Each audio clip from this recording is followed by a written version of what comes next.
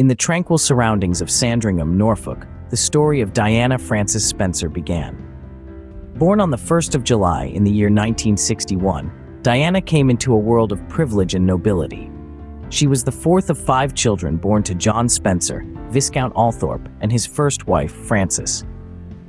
The Spencer family was no stranger to the British aristocracy, with a lineage that traced back to the Tudor period. Diana spent her early years at Park House, a stately home located on the Royal Sandringham estate. It was a world of vast lawns, ancient oaks, and the traditional pursuits of the British upper class. In 1975, Diana's life took a significant turn. Her father, John Spencer, inherited the Earl of Spencer title following the death of his father. This event elevated the family's status and transformed Diana into Lady Diana Spencer. This title, a nod to her noble heritage, would eventually be eclipsed by another, but it was the first sign that Diana was destined for a life less ordinary. Her childhood wasn't all titles and grand estates, though. Diana, like her siblings, was educated at home by a governess until she was 9 years old.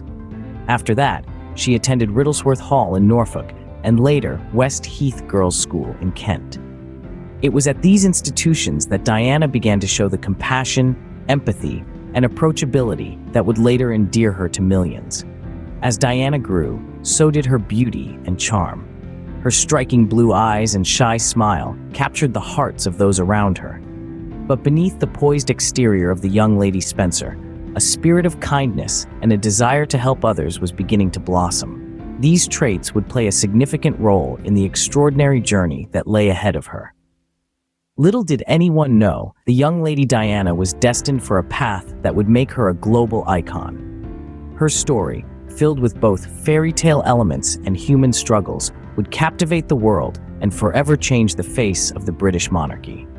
Before her royal life, Diana was a dedicated kindergarten teacher. She had a soft spot for children, embracing the role of being a guiding light in their early years of learning. Her natural warmth and affability were palpable even then, and she was loved by her little students. This early experience, in many ways, foreshadowed her future role as a compassionate figurehead. In the midst of her teaching career, Diana's path took a dramatic turn. She met Prince Charles, the heir to the British throne, in 1980. Their interactions, initially casual, quickly evolved into something more. The whirlwind courtship that ensued was nothing short of a fairy tale, albeit one that was not without its fair share of doubts and controversies. The couple's age difference was a point of contention that raised quite a few eyebrows. Prince Charles was 12 years her senior, a fact that didn't go unnoticed by the public and the press. Additionally, rumors swirled about Charles's reported feelings for another woman, Camilla Parker Bowles, adding a layer of complexity to their relationship. Despite the skepticism surrounding their courtship, the couple's relationship progressed. The world watched with bated breath as the unlikely pair navigated the highs and lows of their romance under the relentless spotlight of the media. Then, in a grand ceremony in 1981, Diana's life transformed once more. She went from being a kindergarten teacher to becoming the Princess of Wales. The wedding, held at St. Paul's Cathedral, was nothing short of a spectacle. It was a royal event of the century that captivated millions worldwide. People from all corners of the globe tuned in to witness the commoner bride become a princess. Despite the odds, Diana stepped into the royal spotlight, marrying Prince Charles in a grand ceremony that captivated millions worldwide. From the classroom to the castle, Diana's journey was an extraordinary one. Her transformation from a humble teacher to a royal princess was a testament to her resilience and adaptability, qualities that would be tested and revered in the years to come. As a royal, Diana broke barriers and won hearts. Her new life wasn't just about tiaras and state dinners. Diana was a hands-on mother, a breath of fresh air in the stiff world of royalty. She gave birth to 2 sons, Prince William in 1982 and Prince Harry in 1984. These boys became the central focus of her life. Motherhood was more than a duty to Diana. It was a joy. She was often seen dropping the boys off at school, a task generally delegated to nannies in royal households.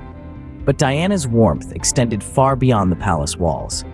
She had a unique ability to connect with people, to make them feel seen and heard. This wasn't a princess who simply waved from afar. Diana was known for her hands-on approach. She would crouch down to speak to children at their level, or offer a comforting hug to those in need. Her acts of kindness were not acts at all, but genuine gestures from a woman with a big heart. Diana's popularity was immense. The public loved her, not for her title, but for her compassion and relatability. She was the royal who felt like one of us.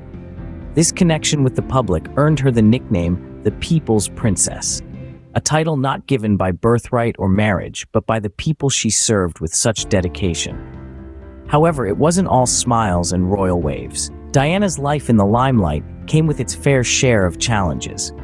As she juggled motherhood and royal duties, her marriage was under strain. The fairy tale princess was human after all, and her life was far from the perfect image often portrayed. The world watched, captivated by the princess who seemed to have it all. But behind the royal duties and the public adoration, Diana's fairy tale was slowly fracturing. Diana's marriage to Prince Charles was far from the fairy tale it seemed.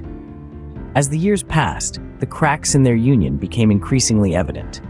The age difference between the two, initially seen as a minor detail, began to cast a shadow over their relationship.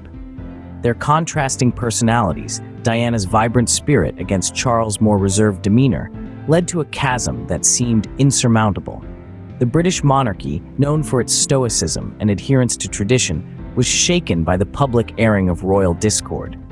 The world watched as the perfect image of a fairy tale couple began to disintegrate. The media, ever hungry for a scandal, played its part in escalating the situation, adding fuel to the fire with relentless coverage and speculation. The princess and the prince separated in the early 90s, a move that was as shocking as it was unprecedented.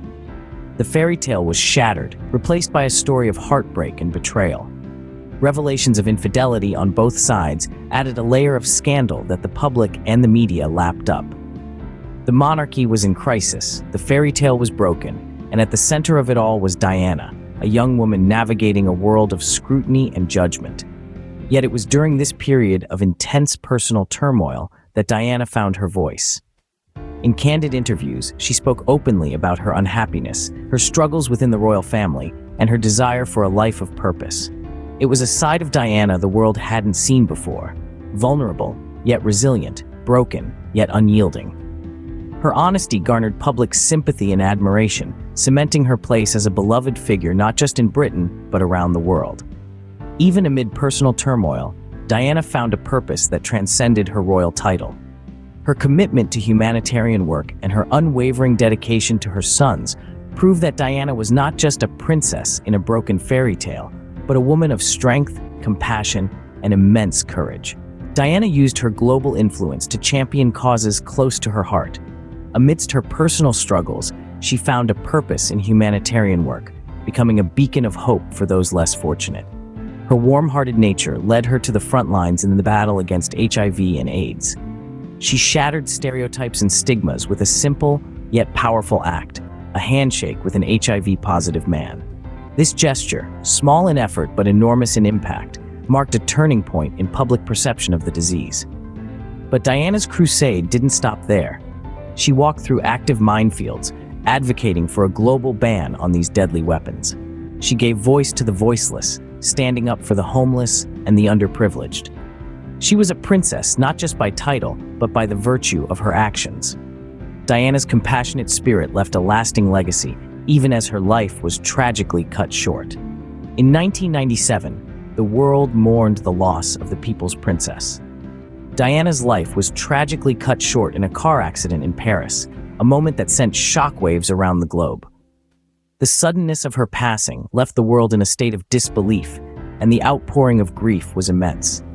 Flowers, notes, and tokens of remembrance piled high outside the gates of Kensington Palace, a testament to the love and respect the public felt for her.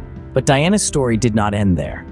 Her life, marked by compassion, courage, and an unwavering commitment to making a difference, left an indelible mark on the world.